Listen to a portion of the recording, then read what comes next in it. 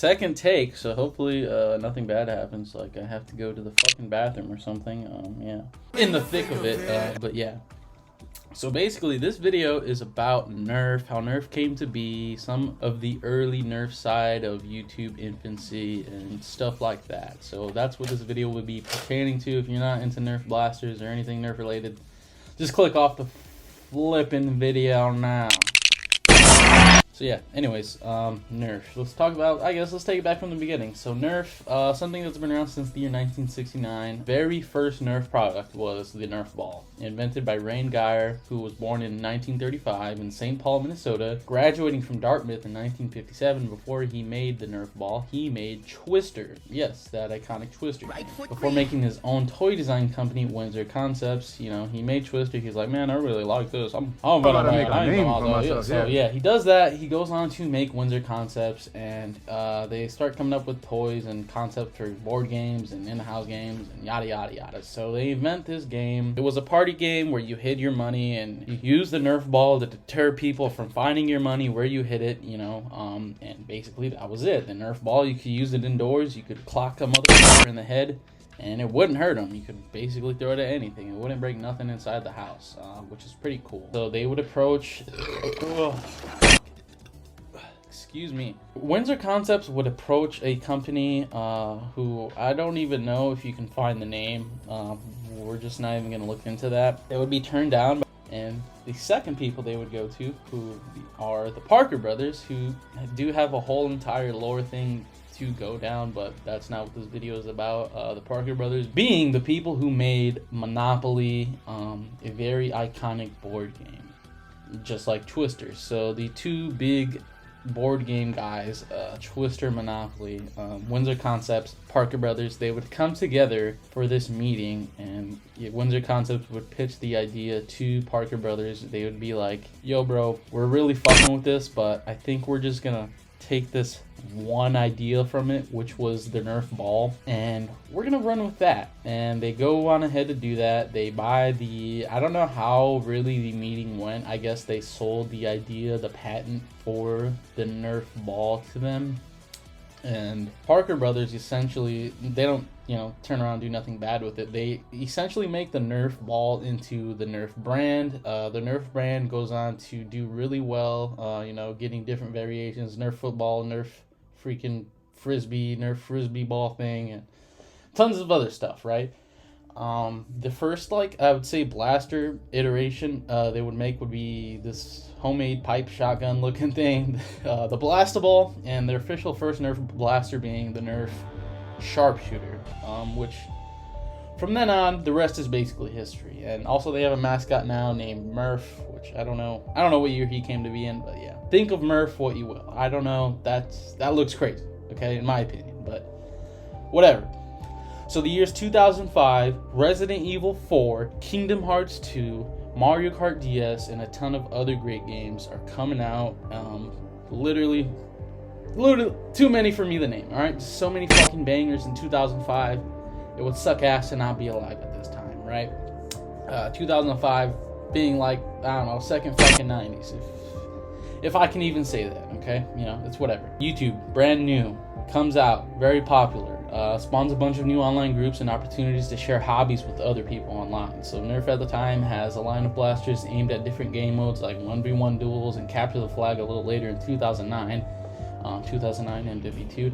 YouTube plus Nerf equals some interesting and cool content to 11-12-year-old me. I would be introduced to the concept of reviews, modding, you know, air restrictor removal, adding a blaster to your blaster. Yeah, think of modding as, you know, modifying, create a class, Call of Duty, yada yada. So, there were like two main content creators I would be looking at. One person who would do mods for the most part, Uin13, or his nickname Ice.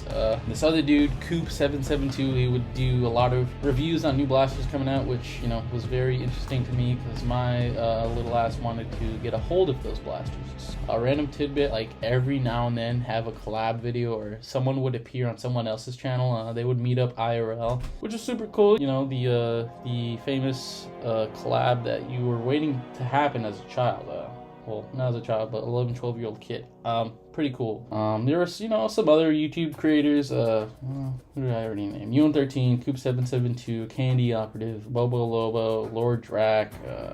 What was it? There's some other guy, Legit Red or something like that. There's still a few people that are active on YouTube today. A few people that have gone MIA or doing something totally different. I think that Uin13 guy, a little while back, he would go famous.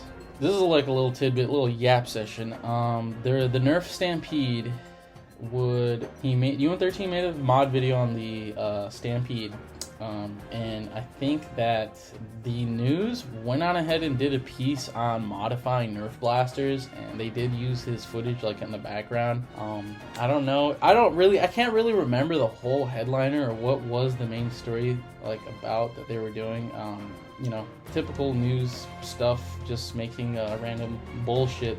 But at the end of the day, this is like some personal stuff. But if you buy something, like, you own it. You can do whatever you want to it. It's yours. You can modify it any way you want. Uin13 would be on the news for.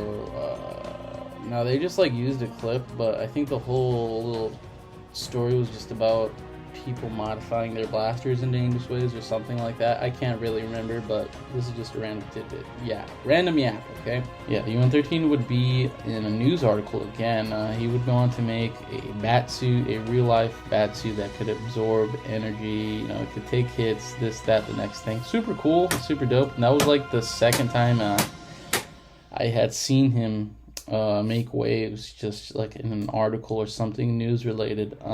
At the time, I think he like just stopped doing Nerf, but like he was making cosplay stuff, which is super dope. You know, like, get your bag, bro. I think I recently checked in on what he was doing, and he's making blaster like content again, which is pretty dope. Majority of the blasters now, I guess, are like homemade, 3D printed. Really cool, dope stuff, since technology has come so far and only enables to do more dope shit.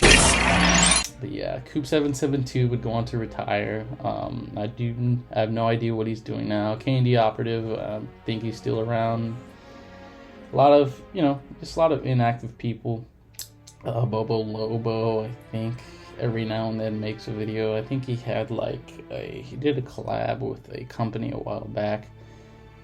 LordDrac, who's someone who still makes content. I believe he has like an online shop, which, you know, he makes good money doing that, which is pretty dope. I'm happy he's still able to do what he loves. So, yeah, I think I'm gonna call it there. If you like the video, I don't know, like, drop a comment.